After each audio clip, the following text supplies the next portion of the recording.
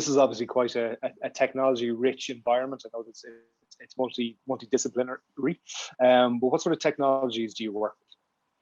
Yeah, so kind of there's twofold in terms of the type of technologies we work with. There's what we use to develop output, and then there's what we use to, manage the company and grow our business. So on the tech side, we use wearable sensors like accelerometers and gyroscopes. We use a lot of signal processing and machine learning, and then cloud-based technologies and app development technologies and so on.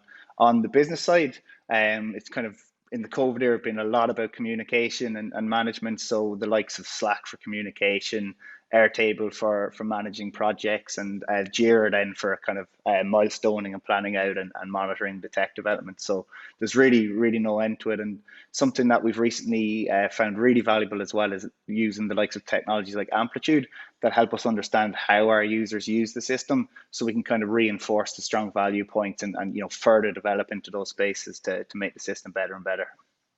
Yeah, I'm sure there's been plenty of challenges with the machine learning aspect of it, but once you're able to train the algorithms to get into their flow, and you've ironed out all the kinks in it. But that's the value. That's the value proposition, really, isn't it? It's once the machine learning is up and running, but there's a time period and R&D and that iterative effect, that there is no shortcut. It's time. Exactly. Like the data sets that allowed us to launch our first product last February took the guts of 7 years to create. 2 PhDs, been in the biomechanics lab week on week, kind of synchronizing the data you get from the wearable with your much more expensive laboratory based tools. And that allowed us to create machine learning algorithms that effectively continue to learn how to be more and more accurate like those lab devices.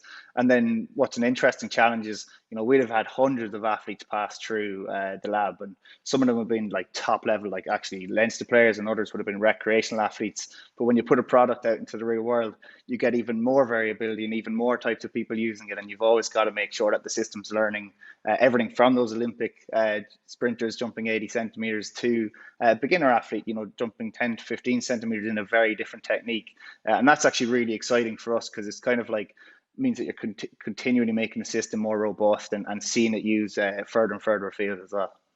Yeah, and again, validating that once you've taken it out of the control, everything is fine until it's not. I'm sure there must have been some anxiety when you're giving it to somebody else to control, and you're not at the wheel and just going, I hope it works, even though you're a scientist, you've built this, it works, but there still is probably that natural human aspect where you're going, oh God, I hope it really works.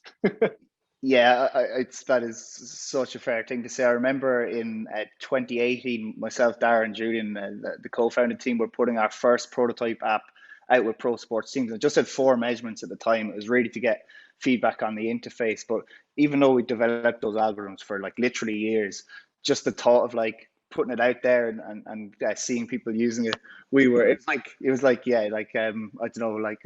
like Julian giving his baby away. I think that's our CTO, and it was such a learning experience as well, and it continues to be a day to day with our community. But yeah, absolutely, it's such a transition going from the laboratory to the field. Yeah, it's funny. I don't think anybody has developed any technology to remove the human condition from any of these businesses. I don't think there ever should be.